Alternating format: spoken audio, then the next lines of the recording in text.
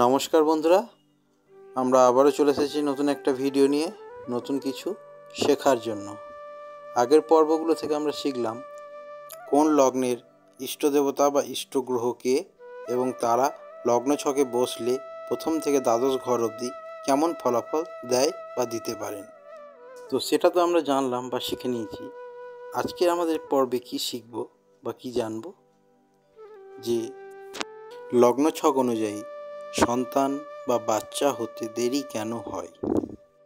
তো চলুন ভিডিওটা শুরু করব। আপনারা যেমন ভট্টাচার্য মশাই ফেসবুক পেজে এসে কোশ্চেন করছেন, এরকম করতে থাকুন, আমরা যতটা পারছি উত্তর দেব। তো ধরুন এটা মেষ লগ্নের লগ্ন ছক, যেহেতু মেষ লগ্নে লেখা রয়েছে, তাহলে মেষ এই লগ্নের প্রথম ঘর। ঠিক আছে, আমরা সকলেই জানি যেখানেই লগ্ন লেখা থাকে সেটাই প্রথম ঘর হয়, তারপরে 2, 3, 4 করে পঞ্চম ঘরটা হয়ে যায় সন্তানের ঘর। এছাড়াও প্রেম, ভালোবাসা, পড়াশুনো, এইগুলো কি সবই পঞ্চম ঘর থেকে আমরা বিচার করি। তো এবার আমরা যে জিনিসটা নিয়ে আলোচনা করব, যে লগ্ন ছক অনুযায়ী জাতক বা জাতিকার সন্তান হতে দেরি কেন হয় বা হচ্ছে না কেন। এর জন্য প্রথমেই আমাদেরকে দেখতে হবে যে মেষ লগ্নের কোন গ্রহগুলো শুভ এবং কোন গ্রহগুলো অশুভ। তার ভিডিও আমি অনেক আগেই বানিয়ে রেখেছি, আপনারা দেখে নেবেন চেক করে আমার ইউটিউব চ্যানেলে। তো মেষ লগ্নের শুভ গ্রহ কে কি? মঙ্গল, চন্দ্র, রবি, বৃহস্পতি, এগুলো হচ্ছে কি শুভ গ্রহ। সম গ্রহ হচ্ছে শনি, এবং অশুভ বা মারক গ্রহ হচ্ছে বুধ এবং শুক্র গ্রহ। তো পঞ্চম ঘর থেকে আমরা কি সন্তান বিচার করি, তাই তো। তো এখানে পঞ্চম ঘর হচ্ছে সিংহের ঘর। সিংহের অধিপতি গ্রহ রবি। রবি এই লগ্নে খুবই শুভ গ্রহ, কিন্তু আমাদেরকে দেখতে হবে সেই রবি গ্রহ সেই লগ্ন ছকে কোথায় বসে আছে। ধরুন রবি গ্রহ বসে আছে তুলার ঘরে, তাহলে তুলার ঘরে রবি গ্রহ বসলে কি নিচস্থ হয়ে যায়। আর অশুভ গ্রহ বুধ বা শুক্র হয়তো বসে আছে মেষের ঘরে, তো সেখান থেকে বসে তাদের সপ্তম দৃষ্টি কোথায় পড়বে? তুলাতে, অর্থাৎ রবি গ্রহের কাছেই পড়বে, রবি গ্রহকেই দেবে। তখন কি সেই মুহূর্তে কিন্তু সন্তান হতে দেরি আসবে। এছাড়াও কি রবি হয়তো বসে আছে অন্য কোনো শত্রুর ঘরে, হয়তো ধরুন বৃষ বা মিথুনের ঘরে, কিংবা কন্যা বা তুলার ঘরে, তো সেখানে বসে হয়তো 0 ডিগ্রিতে বসে আছে। তখন কি রবির কিন্তু ফলাফল দেওয়ার ক্ষমতা নেই, কারণ সে 0 ডিগ্রিতে বসে আছে। ঠিক আছে, এছাড়াও কি শত্রু ঘরে বসে আছে, তখন কিন্তু সন্তান হতে দেরি হবে বা বাধা আসবে।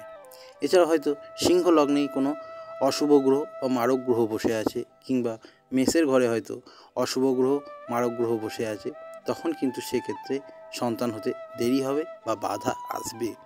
এর জন্য তখন কি করব? আমরা ইষ্টদেবতার পূজাপাঠ করব, নয়তো যেসব অশুভ গ্রহগুলো বাধা দিচ্ছে তাদের দান ধ্যান এগুলো করব, তাতে আমরা সুফল পাব। তার মানে এই নয় যে অশুভ গ্রহগুলোর প্রতিকারের জন্য আমরা রত্ন ধারণ করব, তাহলে কিন্তু কি তাকে আরও পাওয়ার দেওয়া হবে, সেক্ষেত্রে কিন্তু আমাদের আরও বাধা চলে আসবে। এটা কিন্তু অবশ্যই খেয়াল রাখবেন। ডিগ্রিগত বলাবল দশা অন্তর্দশা, সেই সময় যদি অশুভ গ্রহগুলো দশা অন্তর্দশা চলে, তাহলে কোনো রকমই আপনাদের সেই কাজগুলো সুষ্ঠুভাবে সফল হবে না, সব ক্ষেত্রেই বাধা আসবে। বোঝাতে পারলাম? তো এর পরবর্তীতে ধরুন যে লগ্ন লেখা আছে কর্কট, তাহলে এখানেও সে একই প্রসেস। আমরা কি জানি যে লগ্ন থেকে পঞ্চম ঘরে আমরা সন্তান বিচার করি। এখানে 1, 2, 3, 4, 5, অর্থাৎ বৃশ্চিকের ঘরটা হয়ে যাচ্ছে কর্কটের ক্ষেত্রে, কর্কট লগ্নের ক্ষেত্রে সন্তানের ঘর, বৃশ্চিকের ঘরটা। বৃশ্চিকের অধিপতি গ্রহকে, বৃশ্চিকের অধিপতি গ্রহ হচ্ছে মঙ্গল। তার আগে দেখে নিতে হবে যে কর্কটের কোনগুলো শুভ গ্রহ, কোনগুলো অশুভ গ্রহ। তো কর্কট লগ্নের অধিপতি গ্রহ হচ্ছে চন্দ্র, চন্দ্রের সাথে বন্ধুত্ব কার আছে? বৃহস্পতি এবং মঙ্গল।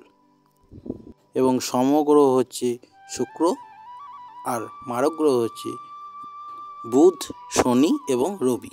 ঠিক আছে, তাহলে বৃশ্চিকের অধিপতি গ্রহ হচ্ছে মঙ্গল, খুবই শুভ গ্রহ, কিন্তু আবার সেই একই ব্যাপার যে মঙ্গল কোন ঘরে বসে আছে সেটা আমাদেরকে প্রথমে লক্ষ্য করতে হবে। এছাড়াও কত ডিগ্রিতে বসে আছে, সে শুভভাবে বসে আছে না অশুভভাবে বসে আছে, উচ্চস্থ হয়ে বসে আছে না নিচস্থ হয়ে বসে আছে, না পঞ্চম ঘরে কোনো অশুভ গ্রহ বসে আছে কি না, কিংবা পঞ্চম পতিকে কোনো অশুভ গ্রহ দৃষ্টি দিচ্ছে কি না, এই বাধাগুলো কিভাবে আসছে সেগুলো আপনাদেরকে খেয়াল করতে হবে। আমি প্রথমে যেভাবে বোঝালাম সে একই ব্যাপার। তাহলে কর্কট লগ্নের ক্ষেত্রে আমাদেরকে সে একই নিয়ম ফলো করতে হবে, যে পঞ্চমপতি কোথায় বসে আছে, 0 ডিগ্রিতে বসে আছে কি না, অস্ত অবস্থায় বসে আছে কি না, না কোনো অশুভ গ্রহ তাকে দৃষ্টি দিচ্ছে কি না, এই সব বিষয়গুলোই লক্ষ্য রাখতে হবে।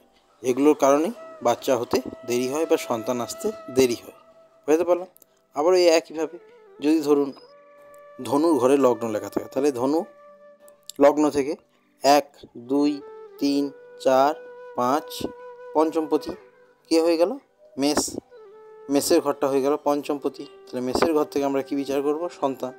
আবার এই একইভাবে ধনু লগ্নে কে শুভ গ্রহ কে অশুভ গ্রহ সেগুলো দেখে নিয়ে মেষের ঘরটা পঞ্চমপতি, মেষের ঘরে কোনো অশুভ গ্রহ বসেছে কি না, বা মেষের অধিপতি গ্রহ মঙ্গল সে কোথায় বসেছে সেগুলো খেয়াল রাখতে হবে। এটা জাতক বা জাতিকা দুজনেরই লগ্নছক বিচার করে দেখতে হবে। বুঝতে পারলাম। এইভাবে বিচার করলে আপনারা ঠিকমতো বুঝতে পারবে যে কেন সন্তান হতে দেরি হচ্ছে বা কেন সন্তান হচ্ছে না। তার প্রতিকার ওই একটাই, আমি যেটা বললাম, যে অশুভ গ্রহগুলো দৃষ্টি দিচ্ছে তাদের পূজা প্রার্থনা অর্চনা দান ধ্যান করে তাদেরকে সন্তুষ্ট করতে হবে। তাদেরকে রত্ন ধারণ করে তাদের পাওয়ার আরও বাড়িয়ে দিলে যে শুভ ফল পাবেন তা কিন্তু নয়। ঠিক আছে?